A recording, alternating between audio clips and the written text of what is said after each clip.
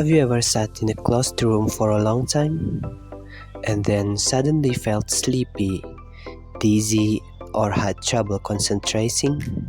Many people think, oh, I'm not getting enough sleep. But the culprit could be high levels of carbon dioxide or CO2. Well, that's where this amazing little green creature comes in, Chlorella vulgaris, a tiny microalgae that can absorb CO2 and produce oxygen. You could say it's a mini plant that can live in a tube and work 24/7 to keep the air fresh. In enclosed space such as classrooms, laboratories, and even space stations, carbon dioxide levels can rise quickly just from human activity. If left unchecked, this can reduce concentration, cause fatigue, and even lead to health problems. Artificial ventilation can help, but it is energy intensive and not always effective. Then came the natural idea: use microorganisms that can absorb carbon dioxide and produce oxygen. Chlorella vulgaris microalgae, when grown in a photobioreactor, can act like mini lungs, naturally and sustainable, cleaning the air in enclosed space.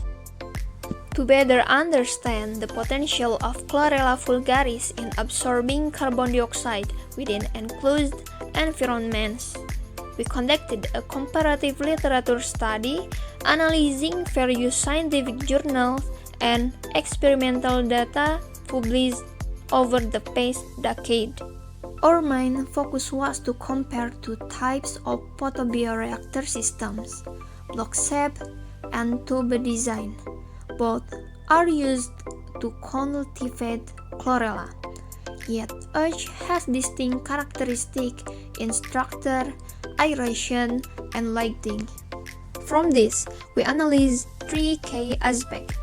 First, how difference in reactor design influence algal growth and carbon dioxide absorption efficiency.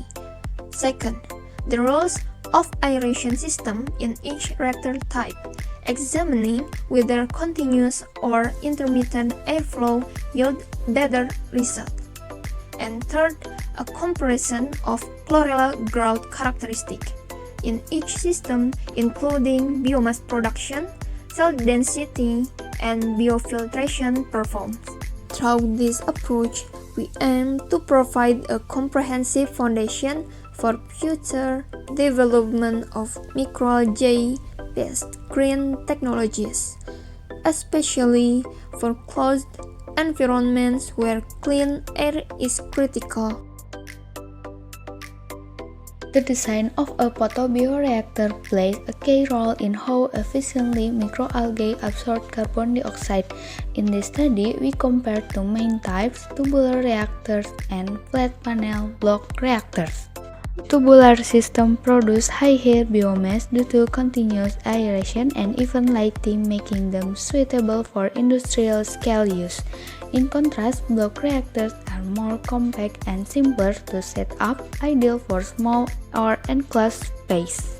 Both systems perform best at pH 10.5, with outcome also influenced by light type and intensity. This highlights the importance of matching reactor design to specific environmental needs.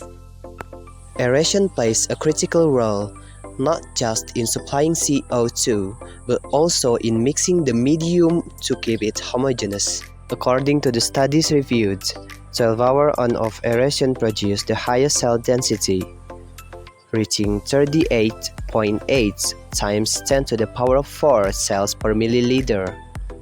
In contrast, continuous 24-hour aeration results in lower growth, likely due to mechanical stress from constant bubbling. Interestingly, tubular systems still show significant growth even with continuous aeration.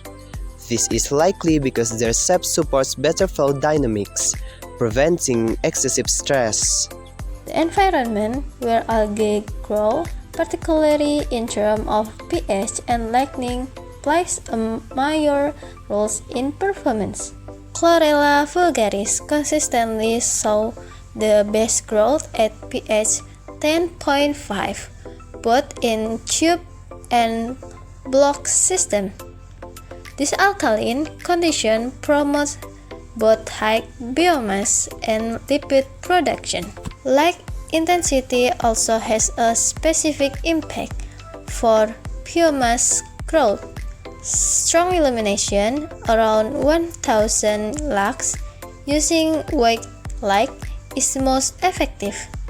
But for lipid production, red light at 500 lux yield the highest lipid content up to 27.63%. So, if the goal is to produce more oxygen and absorb carbon dioxide efficiently, high light intensity is essential.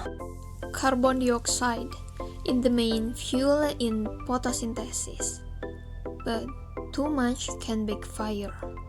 From the literature, 15% carbon dioxide was found to be the most effective for biomass growth. In tube system, this led to a yield of 0.481 gram per liter. Remarkably, block system still achieved solid growth with only ambient carbon dioxide, around 0.04%, as long as intermittent aeration was applied. This suggests that while elevated carbon dioxide can boost growth, simpler systems remain viable, especially when designed and operated thoughtfully. From the literature we review, it's clear that both tubular and block-type photobioreactor systems have their own strengths, depending on the application context. Tubular reactors excel in biomass productivity, especially under continuous aeration, high light intensity, and carbon dioxide enrichment up to 15%. This makes them suitable for industrial setup or enclosed environments with full control system. On the other hand, block or flat panel reactors offer simplicity and practicality. Even with only ambient carbon dioxide from the air, they can still support algal growth effectively, especially when paired with intermittent aeration and optimal pH level. Among all parameters, pH 10.5 was consistently the most favorable, and light spectrum matters too. White light for biomass growth, red light for lipid production.